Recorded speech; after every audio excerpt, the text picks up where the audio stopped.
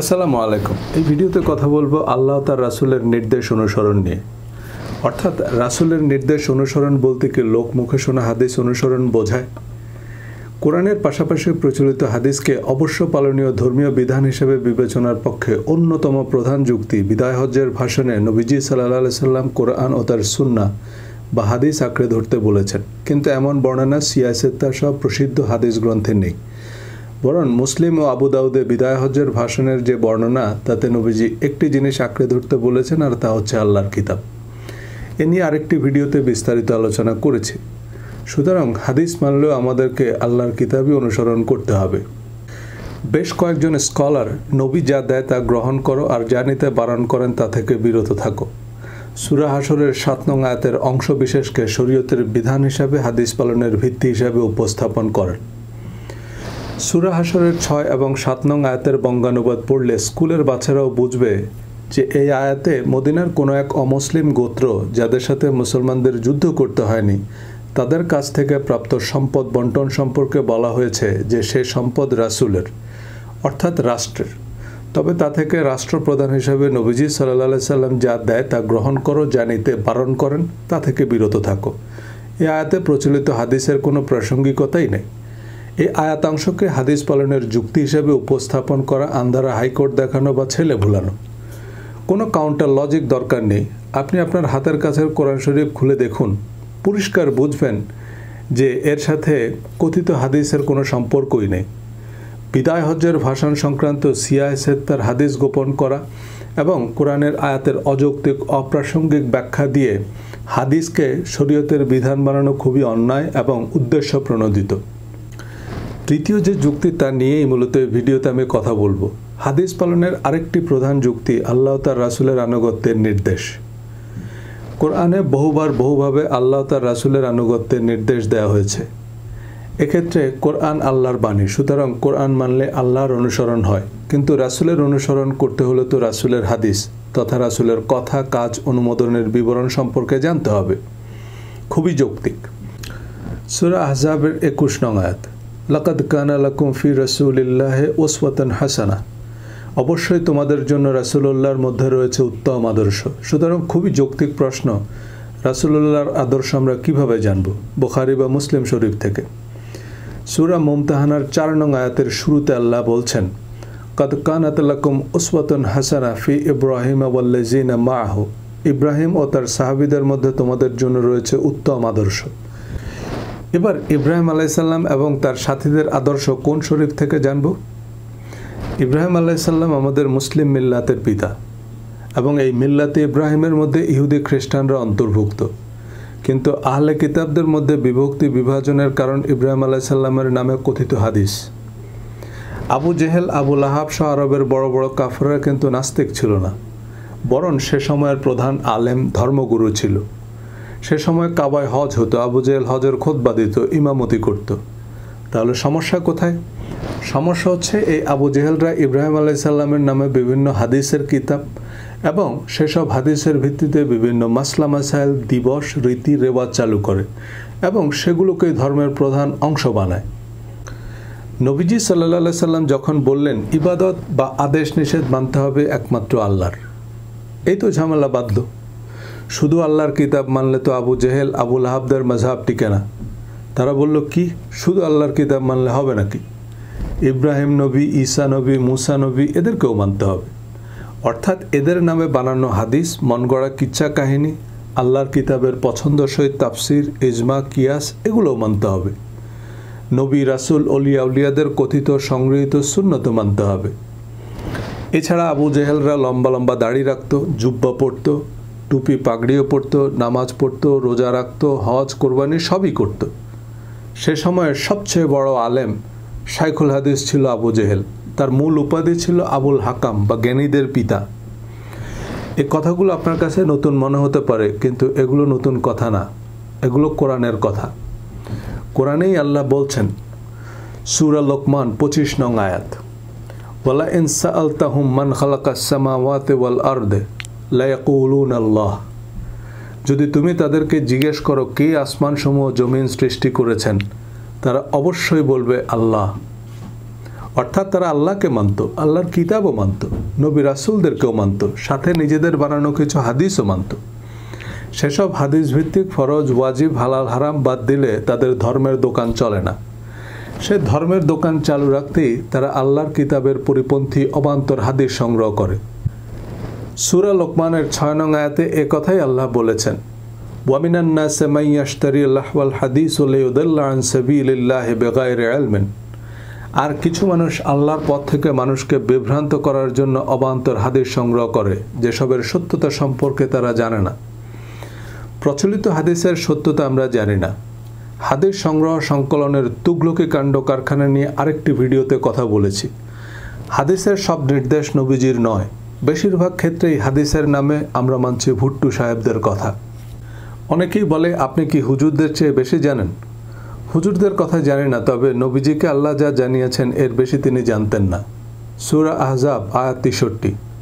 ইয়াসআলুকান নাসু আনিস সাআতি কুল ইন্নামা ইলমুহা ইনদাল্লাহ। লোকেরা তো আমাকে কিয়ামত সম্পর্কে জিজ্ঞেস করে, বলো এই বিষয়ের জ্ঞান কেবল আল্লাহর নিকটই আছে। আল্লাহ নবীকে কিয়ামত সম্পর্কে কি বলতে বলেছেন? এই বিষয়ের জ্ঞান কেবল আল্লাহর নিকটই আছে। তবে আল্লাহ নবীকে বাইপাস করে কিছু জ্ঞান আমাদের ওয়াইজিনদের দিয়েছেন, নইলে কিয়ামত থেকে কিয়ামতের ফিল্মে কাহিনী কিভাবে বলেন? একমাত্র আল্লাহর কিতাব ছাড়া নবী রাসূলদের প্রকৃত সুন্নাহ জানা অসম্ভব। ইব্রাহিম আলাইহিস সালাম এবং তার সাহাবীদের সিরাত সুন্নাত আল্লাহ কোরআনে বর্ণনা করেছেন। যতটুকু আমাদের জানানো প্রয়োজন ততটুকুই বর্ণনা করেছেন। সূরা ইব্রাহিম নামে একটা সূরাই আছে। এছাড়া সূরা হাজ সহ অন্যান্য সূরা ইব্রাহিম আলাইহিস সালাম এর সিরাতের আরও বিশদ আলোচনা আছে। সূরা ইউসুফ, সূরা মারিয়াম, সূরা হুদ, সূরা ইউনুস, সূরা নূহ, সূরা আম্বিয়া, সূরা আহজাব, সূরা মুহাম্মদ, এই সূরাগুলোতে আল্লাহ নবী রাসূলদের সিরাত সুন্নাত বলেছেন। এছাড়া কোরআনে হযরত মুসা আলাইহিস সালাম, হারুন আলাইহিস সালাম, আদম আলাইহিস সালাম, ঈসা আলাইহিস সালাম, জাকারিয়া আলাইহিস সালাম, শুআয়ব আলাইহিস সালাম, লূত আলাইহিস সালাম, আইয়ুব আলাইহিস সালাম, দাউদ আলাইহিস সালাম ও সুলাইমান আলাইহিস সালামের সিরাত সুন্নতের বিশদ বর্ণনা করেছেন। আল্লাহর কিতাবে নবী রাসূলদের হাদিস। নবীরা আল্লাহর কাছে যেসব দোয়া করেছেন তা আল্লাহ কোরআনে উল্লেখ করেছেন। আল্লাহ কোরআনকে হাদিসও বলেছেন, আর নিজেকেই সবচেয়ে বিশ্বস্ত রাবি বলেছেন। আল্লাহ প্রশ্ন করেছেন, ওয়ামান আসদাকু মিনাল্লাহি হাদিসান। হাদিস বর্ণনাকারী হিসাবে আল্লাহর চেয়ে আর কে বেশি সত্যবাদী? কিন্তু আল্লাহর বর্ণনা আবু জেহেলদের পর্যাপ্ত মনে হয়নি। তারা যেসবকে ফরজ, হারাম বলে জেনে আসছিল, ফজিলত ফাজাইলের বিভিন্ন দোয়া বানিয়েছে, তার বর্ণনা আল্লাহর কিতাবে না থাকলেও তারা তা বাদ দিতে পারবে না, কারণ এগুলো যুগ যুগ ধরে প্রতিষ্ঠিত। বড় বড় শাইখুল হাদিসরা বলেছে, তারা কি মুহাম্মদের চেয়ে কম জানে? সূরা লোকমান আয়াত 21। ওয়া ইযা কিলা লাহুম ইত্তাবিউ মা আনজালাল্লাহু ক্বালু বাল নাত্তাবিউ মা ওয়াজাদনা আলাইহি আবাআনা। আর যখন তাদেরকে বলা হয় আল্লাহ যা নাজিল করেছেন তোমরা তার অনুসরণ করো, তখন তারা বলে, বরং আমরা তার অনুসরণ করব যার উপর আমাদের পিতৃপুরুষদেরকে পেয়েছি। আমরা শিরক বলতে মূর্তি পূজা, কবরে সেজদা বুঝি বা বোঝাই। মুসলিম দৃষ্টিকোণ থেকে এই মূর্তি বা কবরে সেজদার কোনো জাগতিক উপকারিতা নাই, ননসেন্স। পাথরের মূর্তি বা মৃত ব্যক্তি কাউকে কিছু দিতে পারে না, কিন্তু পাথরের মূর্তি বা কবরে সাহিত্য ব্যক্তি কারো কোনো ক্ষতিও তো করতে পারে না। একটা নিষ্প্রাণ মূর্তি বা কবরে সাহিত্য পীর, পয়গাম্বর কেন সর্বশক্তিমান স্রষ্টার প্রতিপক্ষ? তার সামনে সিজদাকে কেন আল্লাহ সবচেয়ে বড় অপরাধ বলছেন? নামাজের আলোচনায় বলেছি যে আল্লাহকে সিজদা মানে আল্লাহর বিধান বা তার বিধিত নিয়ম মেনে চলা। এই বিশ্ব জগতের সব কিছু আল্লাহকে সিজদা করে, এর অর্থ এই জগতের সব কিছু আল্লাহর বিধিত নিয়ম মেনে চলে। কোনো মূর্তির পূজা মানে মূলত সে দেবতার বিধিত নিয়ম মেনে চলা। কোনো পীরকে সেজদা করা মানে পীরের দেয়া বিধান মান্য করা। কাবায় একসময় 360টি মূর্তি ছিল। এগুলো ছিল ইব্রাহিম নবী, ঈসা নবী, মুসা নবী সহ বিভিন্ন অলিয়া উলিয়াদের। খ্রিস্টানদের একাংশ আল্লাহ তার রাসূলের অনুসরণ করতে গিয়ে ঈসা আলাইহিস সালামকে ঈশ্বর বানিয়েছেন। হিন্দুদের বেশিরভাগ ভগবান ও তার অবতারের আনুগত্য করতে গিয়ে একসময় বিভিন্ন অবতারদেরই ভগবান বানিয়ে পূজা করা শুরু করে। আরবের লোকেরাও নবী, রাসূল, পীর, পয়গাম্বরদের ইবাদত করত, মানে এদের নামে প্রচলিত বানোয়াট বিধিবিধান মানত। কিন্তু নবী, অবতার, পীর, অলি এরা একমাত্র আল্লাহর বিধানই মানতেন এবং মানতে বলেছেন, কিন্তু আমরা তাদের অনুসরণের নামে তাদের আল্লাহর সমকক্ষ বানাচ্ছি। আমি একজন কর্মচারী নিয়োগ করলাম, সে যদি আমাকে সিজদা দিয়ে পড়ে থাকে তাতে আমার কী লাভ? বরং আমি তাকে যে কাজের জন্য নিয়োগ করেছি তা যদি সে কোনো রকম নজরদারি তদারকি ছাড়াই যথাযথভাবে সততা ও নিষ্ঠার সাথে করে তাতেই আমার লাভ। পৃথিবীর সব মালিক এমন কর্মচারীই খোঁজে, কিন্তু আল্লাহ আমাদের প্রতিকে সিজদা করার জন্য সৃষ্টি করেছেন না।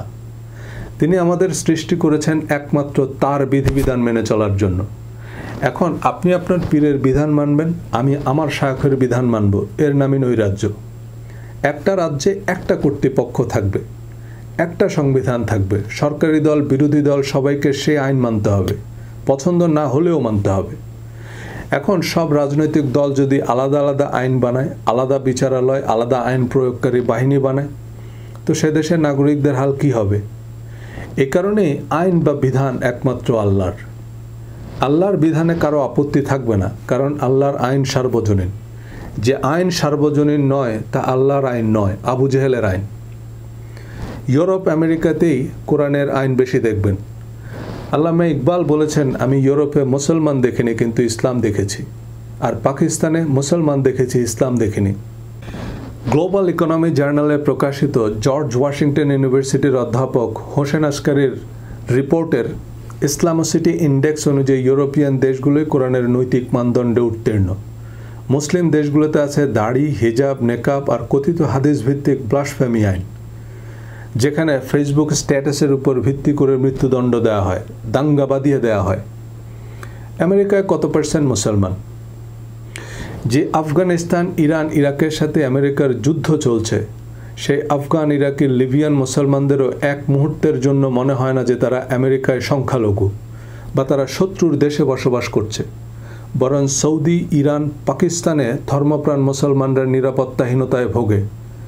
কাকে কখন মোরতাদ ফতোয়া দিয়ে শিরোচ্ছেদ করবে কে জানে। বড় বড় ওয়াইজেনরাও আমেরিকার গ্রিন কার্ডই বানায়। কোরআনের আইনও এমনই সার্বজনীন, যেখানে রাষ্ট্রকে মুসলিম অমুসলিম সবার জন্যই অভয়ারণ্য হতে হবে। কিন্তু ইরান, সৌদি আরবের কথিত ইসলামী হুকুমতে কোরআনের আইন চলে না। ইসলামী শাসনের নামে সেখানে চলছে আইয়ামে জাহিলিয়া। হাদিস, তাফসির, ইতিহাস আমাদের কোরআন বোঝার ক্ষেত্রে সহায়ক, কিন্তু শুধু কোরআন মানলে ইসলামের আর কিছুই থাকে না একথা কেউ বললে সে আবু জেহেলের মতোই কাফের। আমাদের মানতে হবে একমাত্র কোরআন। কেউ যদি কোনোভাবে কোনো বিশেষ শরীফকে কোরআনের মতোই মানতে বাধ্য করে, সূরা লোকমান আয়াত 15, ওয়াইন জাহাদাকা আলা আন তুশরিকা বি মা লাইসা লাকা বিহি ইলমুন ফালা তুতি'হুমা। আর যদি তারা তোমাকে আমার সাথে কোনো কিছুকে অংশীদার করতে জোর চেষ্টা করে যে বিষয়ে তোমার কোনো জ্ঞান নেই, তখন তাদের আনুগত্য করবে না। আল্লাহর সাথে শরীক মানে আল্লাহর কমান্ডমেন্ট বা বিধানের সাথে এমন কোনো বিধান মানা যে সম্পর্কে আমরা জানি না, অর্থাৎ তা আল্লাহ তার রাসূলের নির্দেশ কিনা তা আমাদের জানা নেই। কিন্তু আল্লাহ কোরআনে যা জানিয়েছেন তার বাইরে এমন অনেক বর্ণনা বা ধারণা আছে যা বিশ্বাস করতে বাধ্য করা হয়, অথচ এর সত্যতা সম্পর্কে আমরা কিছুই জানি না। ইমাম মাহদি, দাজ্জালের মতো অনেক কোরআন বহির্ভূত ধারণা, অনেক ফরজ, হারাম আমাদের বিশ্বাস করতে বা মানতে বাধ্য করা হয় যা সম্পর্কে আমরা কিছুই জানি না। বিভিন্ন দল মত এ নিয়ে পাল্টাপাল্টি হাদিস বানায়। কয়েক হাজার কথিত ইমাম মাহদি আর ঈসা পৃথিবীতে এসেছেন, চলে গেছেন, আরও কয়েক হাজার আসবেন কে জানে। এবার কোনো নির্দিষ্ট ইমাম মাহদিকে মানলেও কাফের, আবার না মানলেও কাফের। কী বিপদ! এমন অসংখ্য শাখের করাত আছে যা ইসলামকে গেলার অযোগ্য ঢেকি আর ভয়ানক দৈত্য বানিয়েছে। আশারায়ে মুবাশশারা বা বেহেশতের সুসংবাদপ্রাপ্ত 10 জনের তালিকা খুঁজলে অবাক হবেন। উমাইয়া আমলে 10 জনের তালিকা সহ যে হাদিস তৈরি করা হয় তাতে হজরত ফাতেমা, হাসান, হুসাইন রাদিয়াল্লাহু তাআলা আনহুমা আজমাইন এদের নামই নাই। আব্বাসী আমলে নতুন তালিকা তৈরি করা হয়। শিয়ারা তাদের অনুমোদিত আহলে বাইত থেকে 10 জন নির্বাচন করে। এবার আপনি কোন কোম্পানির হাদিস নেবেন? কিন্তু এসব কথা কোরআনে পাবেন না।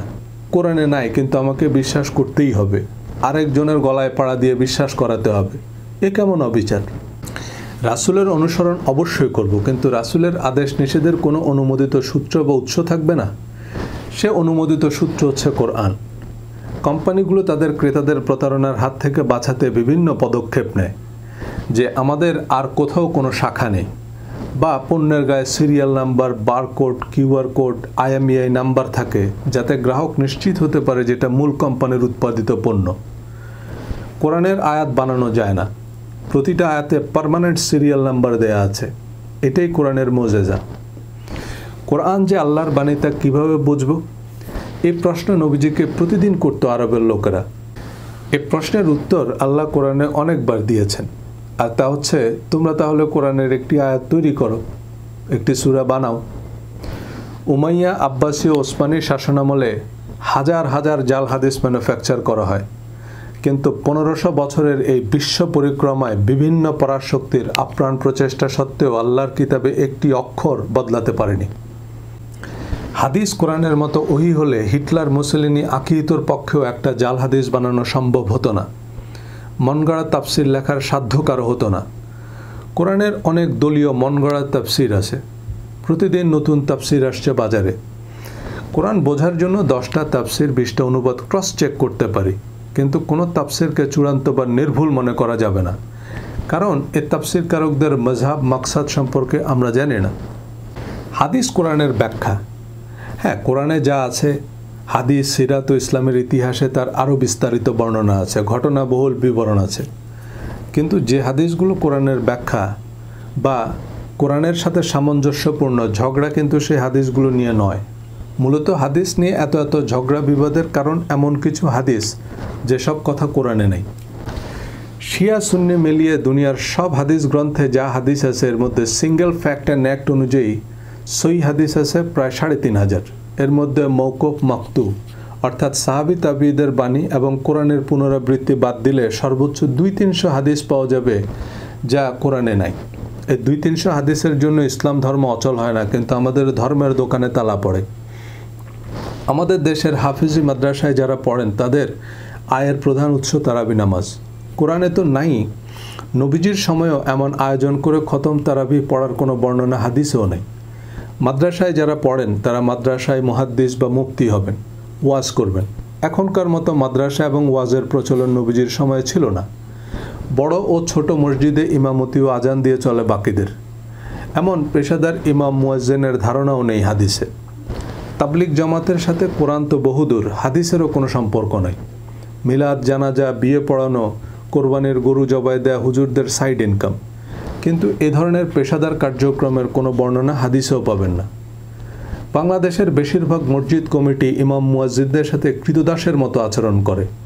ইমাম সাহেবদের সত্য বলার সাহস নাই, কারণ তিনি জানেন এই কৃতদাস হওয়ার জন্য আরেকজন শাইখুল হাদিস রেডি আছেন। বেশিরভাগ মসজিদ কমিটি হানাফি, সুন্নি, আহলে হাদিস, পাকপাঞ্জাতুন ইত্যাদি দল বা তরিকাপন্থী। সে তরিকার বাইরে ফতোয়া দিলে হুজুরের চাকরি নেই। কোরআনের হাফেজ তথা রক্ষক হয়েও তারাবি, মিলাদ, ওয়াজের হাদিয়া সব সংকীর্ণ আসক্তি থেকে বের হতে না পারলে তাদের দিয়ে কোরআন প্রতিষ্ঠা হবে না। নবীজি সাল্লাল্লাহু আলাইহি সাল্লাম ও প্রধান সাহাবীরা কোরআন কায়েমের জন্য নিজেদের ভিটামাটি ছেড়ে হিজরত করেছেন। সত্য প্রতিষ্ঠার জন্য এই চরম আত্মত্যাগের নামই আল্লাহর পথে জিহাদ। কিন্তু এখনকার স্কলাররা সত্য বলতে পারেন না আহলে আবু জেহেলদের ভয়ে। কোরআনে নাই, কিন্তু আমরা ফরজ বা হারাম ফতোয়া দিয়ে বসে আছি, কারণ এই ফরজ হারাম সমাজে প্রতিষ্ঠিত। এই ফরজ হারামের বিরুদ্ধে কথা বললে হুজুরের চাকরি থাকবে না। সূরা ইসরা 36 নং আয়াত, ওয়ালা তাকফু মা লাইসা লাকা বিহি ইলমুন। আর যে বিষয়ে তোমার জানা নাই তার অনুসরণ করো না। যা আল্লাহ আমাকে জানাননি তা সত্য হতে পারে, কিন্তু আমার জানা নেই। কোরআনে আল্লাহ তার রাসূলের অনুসরণের নির্দেশ দেওয়া হয়েছে, কিন্তু রাসূল সাল্লাল্লাহু আলাইহি সাল্লাম যে কোরআনের ভিত্তিতেই যাবতীয় বিধিবিধান দিয়েছেন তাও পরিষ্কার জানিয়েছেন। সূরা আহজাবের 2য় আয়াতে আল্লাহ নবীকে বলছেন, ওয়াত্তাবিউ মা উহিয়া ইলাইকা মির রাব্বিকা। আর তোমার রবের কাছ থেকে তোমার প্রতি যা ওহী করা হয় এর বাইরে তুমি আর কোনো কিছুর অনুসরণ করো না। কোরআনের বাইরেও হাদিসের ভিত্তিতে অনেক হালাল, হারাম ও ফরজ ওয়াজিব প্রচলিত আছে। আল্লাহ তার রাসূলের আনুগত্যের বরাত দিয়ে তা আমাদের মানতে বাধ্য করা হয়। সূরা তাহরিমের 1 নং আয়াতে আল্লাহ নবীজিকে শোকজ নোটিশ দিয়েছেন, ইয়া আইয়ুহান নাবিয়্যু লিমা তুহাররিমু মা আহাল্লাল্লাহু লাকা। হে নবী, আল্লাহ তোমার জন্য যে হালাল করেছেন তুমি কেন তা তোমার জন্য হারাম করছো? নবীজির স্ত্রীরা পছন্দ করতো না এমন খাবার নবীজি নিজের জন্য হারাম বললে আল্লাহ আয়াত নাজিল করেন। সুতরাং কোরআন যা হালাল বা হারাম বলেনি তাকে নবীজি হালাল বা হারাম বলেননি। কিছু ক্রিয়েটিভ লোক প্রশ্ন করেন যে নবীজির কোন কোন স্ত্রীকে খুশি করতে কি খাবার হারাম করেছেন তা হাদিস ছাড়া কিভাবে বুঝব? কিন্তু এই গুরুত্বপূর্ণ প্রশ্ন কোন পরীক্ষায় আসবে? কবরে, ফুলসিরাতে, না বেহেশতের দরজায়? আবু জেহেলরা এমন প্রশ্নগুলোই নবীজিকে করত, যে হাদিস ছাড়া দাড়ি রাখবা কেমনে, মোষ কতটুকু রাখবা, কোন হাতে পানির গ্লাস ধরবা, আল্লাহর কিতাবে তো সব কিছুর বিস্তারিত বিবরণ নেই। নবীজি এমন প্রশ্নের কি উত্তর দিয়েছেন?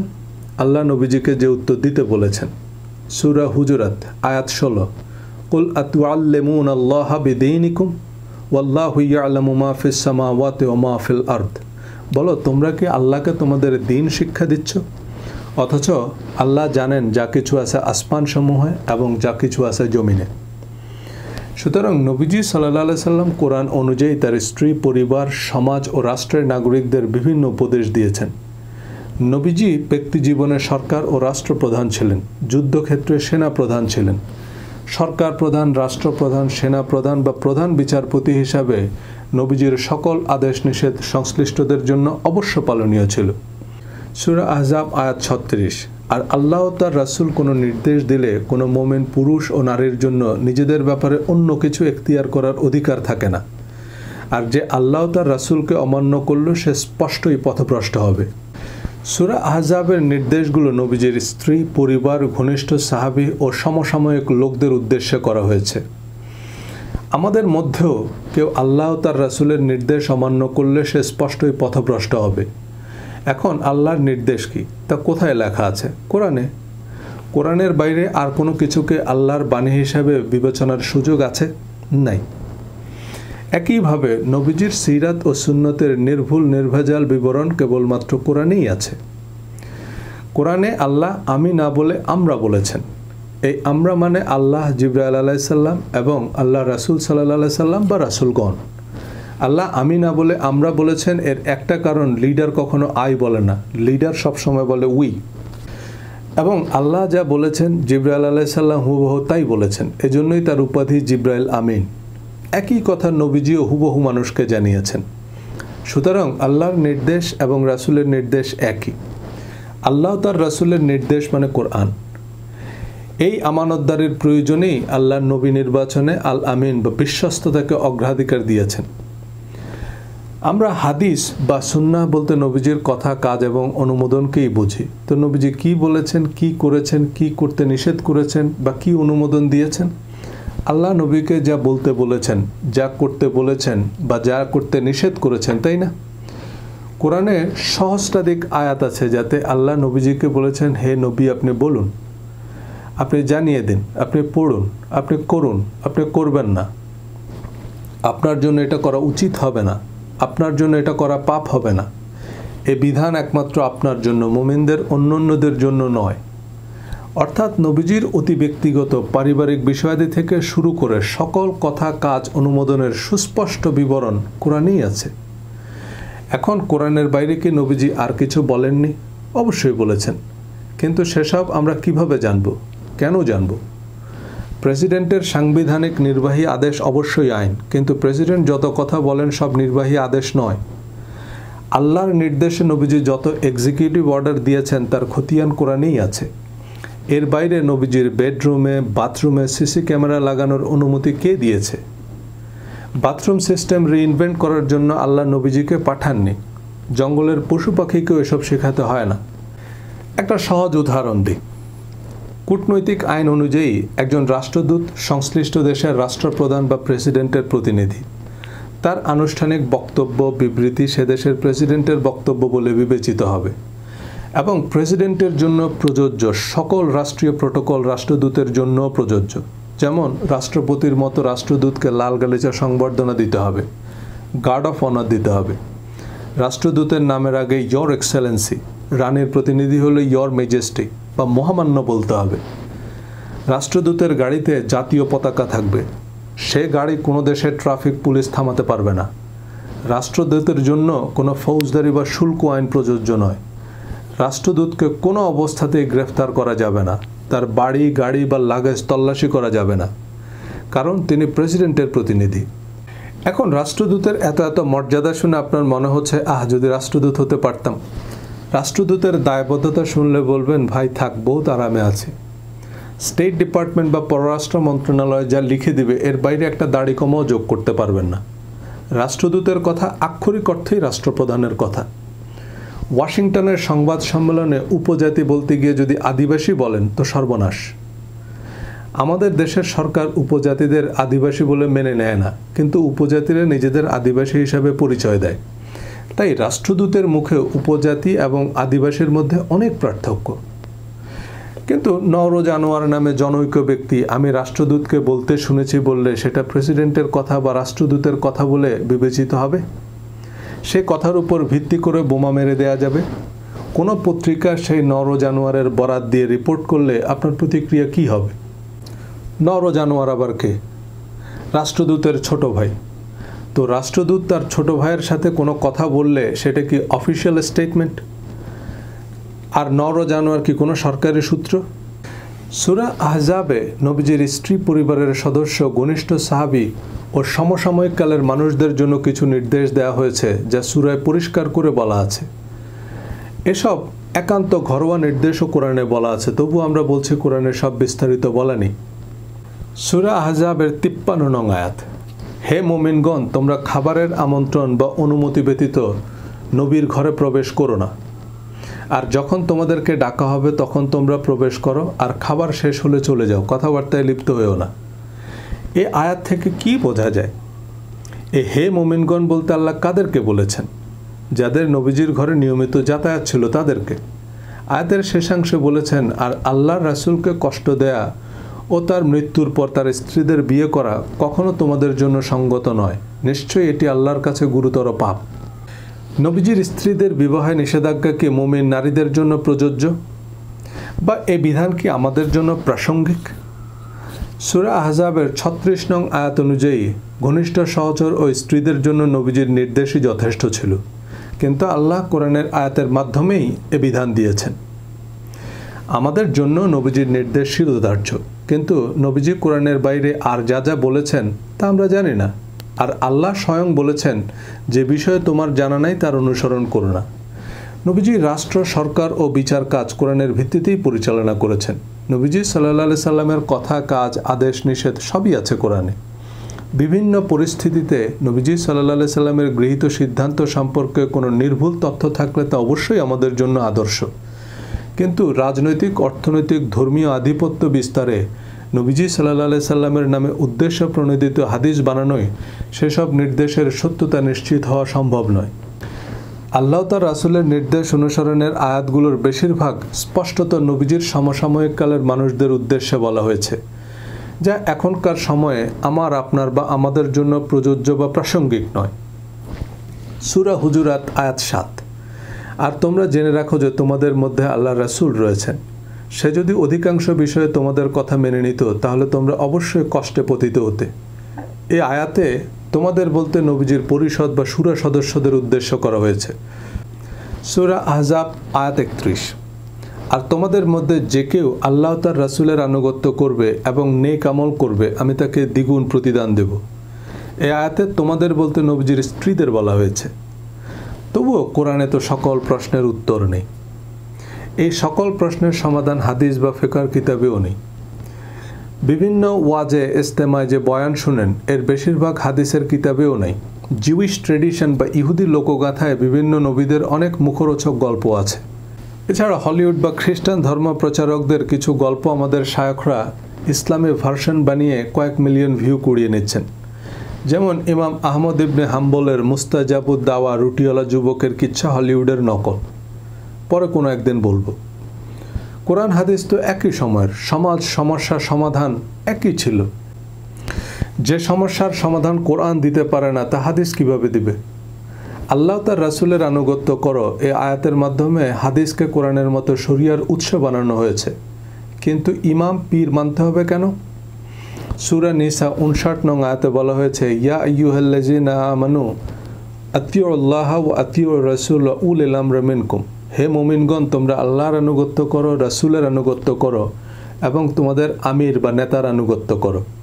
মাযহাবী আলেমদের মতে এই আয়াত অনুযায়ী তোমাদের আমির মানে ইমাম আবু হানিফা, শাফি, বুখারী, তিরমিজি যা বলেছেন তাও মানতে হবে, কিন্তু এখানে আমির মানে সমাজ বা রাষ্ট্রের প্রধান। রাষ্ট্রের আইন আপনাকে মানতেই হবে। রাসূল সাল্লাল্লাহু আলাইহি সাল্লাম সুনির্দিষ্ট ও অনুমোদিত ব্যক্তি ছিলেন, সরকার ও রাষ্ট্রপ্রধান ছিলেন। তাই নবীজি সাল্লাল্লাহু আলাইহি সাল্লাম তার সমসাময়িক মানুষদের মধ্যে কোনো দল বা ব্যক্তি বিশেষকে সরাসরি কোনো নির্দেশ দিলে তা তাদের জন্য অবশ্য পালনীয় ছিল। যুদ্ধে কোনো সেনা দলকে বিশেষ কোনো দায়িত্ব দিলে তা তাদের জন্য অবশ্য পালনীয় ছিল। কিন্তু আমাদের জন্য কোরআন ছাড়া নবীজির আর কোনো অনুমোদিত শাখা বা প্রতিনিধি নাই। হাদিস বর্ণনা সংগ্রহ সংকলনের জন্য সুনির্দিষ্ট কাউকে অনুমোদন দেয়া হয়নি। এছাড়া কোরআন যেহেতু 23 বছর সময় জুড়ে নাজিল হয়েছে, তাই নবীজি সাল্লাল্লাহু আলাইহি সাল্লাম এবং সাহাবীরা কোনো নির্দিষ্ট সময়ে এমন অনেক কাজ করেছেন যা কোরআনে তখনও নিষেধ করা হয়নি। আবার এমন অনেক কিছু করেননি, কারণ কোরআনে তখনও সেসব আদেশ দেয়া হয়নি। এখন দিন তারিখ ছাড়া একটি হাদিসের ভিত্তিতে আমরা বলে দিলাম এই হাদিস সহিহ, সুতরাং এটা ফরজ বা হারাম। হাদিস তো সহিহ, কিন্তু 2 বছর পর কোরআনের নতুন আয়াত নাজিল হওয়ার পর আগের হালাল হারাম হয়ে গেল, আগের বিধান বদলে গেল। যেসব হাদিসের সাথে বড় বড় ইভেন্ট জড়িত, যেমন বিদায় হজ, হুদায়বিয়ার সন্ধি, বদরের যুদ্ধ ইত্যাদি ছাড়া বেশিরভাগ হাদিসের সুনির্দিষ্ট সময়কাল নির্ধারণ করা অসম্ভব। কোরআনের সব আয়াত নাজিলের প্রেক্ষাপট, এমনকি মক্কা না মদিনায় অবতীর্ণ, তা নিয়েই তাফসীরকারকগণ একমত হতে পারেননি। আর হাদিসের দিনক্ষণ জানা তো একেবারেই অসম্ভব। সম্পূর্ণ কোরআন নাজিল হওয়ার আগে অনেক সাহাবী ইন্তেকাল করেছেন, শহীদ হয়েছেন, তাদের জন্য ধর্মের সকল বিধান প্রযোজ্য ছিল না। কোরআনের সকল বিধান নাজিল হওয়ার পরই আল্লাহ বলেছেন, আজ আমি তোমাদের জন্য তোমাদের ধর্মকে পরিপূর্ণ করে দিলাম। এ কারণে সম্পূর্ণ কোরআন নাজিলের আগে বিভিন্ন সময়ে নবীজি যেসব সাময়িক সমাধান দিয়েছেন তা লিখতে নবীজি নিষেধ করেছেন, এবং সেসব হাদিস নবীজি ও খোলাফায়ে রাশিদিনের সময়ে বিশেষভাবে সংরক্ষণ করা হয়নি। সম্পূর্ণ কোরআন নাজিলের পর বিদায় হজ্জের খুতবায় নবীজি সাল্লাল্লাহু আলাইহি সাল্লাম কেবলমাত্র কোরআনই অনুসরণের নির্দেশ দিয়েছেন। কোরআনের সুনির্দিষ্ট নির্দেশ ছাড়া আর সব কিছু প্রতিষ্ঠিত গ্রহণযোগ্য সামাজিক রীতি অনুযায়ী বহাল ছিল। কোরআনের মূলনীতি অনুযায়ী রাষ্ট্রের সকল নাগরিকের জন্য রাষ্ট্রীয় আইন প্রণয়ন করা হয়, যা রাষ্ট্রের প্রয়োজন অনুযায়ী সময়ের সাথে সাথে পরিবর্তিত হয়, এবং সামাজিক প্রক্রিয়ার মধ্য দিয়েই তাতে পরিবর্তন আসে।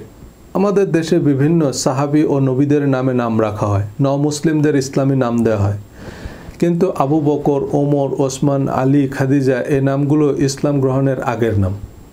ইব্রাহিম শব্দটি আরবি নয়, এবং তা হজরত ইব্রাহিম আলাইহিস সালামের মুশরিক পিতার দেয়া নাম। মক্কায় অনেক কাফের মুশরিকদেরও একই ধরনের নামই ছিল। আরবে অনেক কাফের মুশরিকদেরও এ ধরনের নাম ছিল, কিন্তু আমরা এগুলোকে ইসলামী নাম বলছি। এমনই ইসলামী পোশাক, অনেক ইসলামী রীতি রেওয়াজ আছে যে সম্পর্কে কোরআনে কোনো আলোচনাই নেই। এরপরও যদি পরিষ্কার না হয় যে রাসূলের নির্দেশ বা আদর্শ বলতে কি কোরআন বহির্ভূত প্রচলিত হাদিসকেও বোঝায় কি না, এর উত্তরে কোরআনে অন্তত 500 আয়াত আছে যেখানে আল্লাহ পরিষ্কার করে বলেছেন কোরআন সম্পূর্ণ, পরিপূর্ণ, একমাত্র অনুমোদিত কিতাব। কোরআনে আল্লাহ সব কিছু বিশদ বিস্তারিত বলেছেন। কোরআনের ভিত্তিতে যারা ফয়সালা করে না তারা কাফের, জালেম, ফাসেক।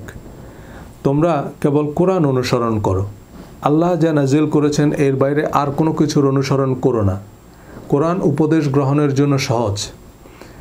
আর তার চেয়ে বড় জালিম আর কে, যাকে তার রবের আয়াতসমূহের মাধ্যমে উপদেশ দেওয়ার পর তা থেকে মুখ ফিরিয়ে নেয়। হাদিসের নামে জালিয়াতি শিরোনামে ভিডিওর শুরুতে কিছু আয়াত আলোচনা করেছি। কোরআন পড়লে এমন অনেক আয়াত পাবেন, নিজেই অবাক হবেন যে আরে এসব আয়াত এতদিন চোখে পড়েনি কেন। প্রতিদিন অফিসে যাওয়ার পথে যত মানুষের সাথে আমাদের দেখা হয় সবাইকে আমরা চিনি না, কারণ আমাদের ব্রেন সবাইকে মনে রাখার প্রয়োজন মনে করে না।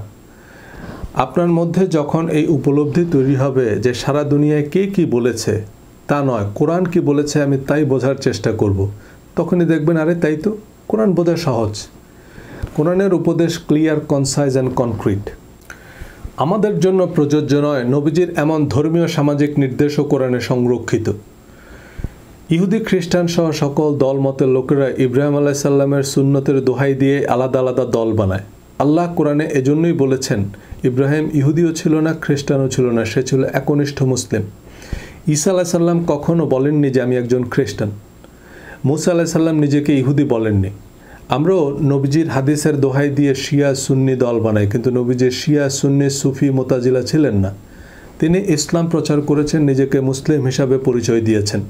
তিনি কেবলমাত্র কোরআন অনুসরণ করেছেন, কোরআন অনুসরণ করতেই বলেছেন। সুতরাং কোরআনে নাই এমন কোনো বিধান নবীজির কথা নয়, এগুলো ভুট্টু সাহেবদের কথা। ধন্যবাদ।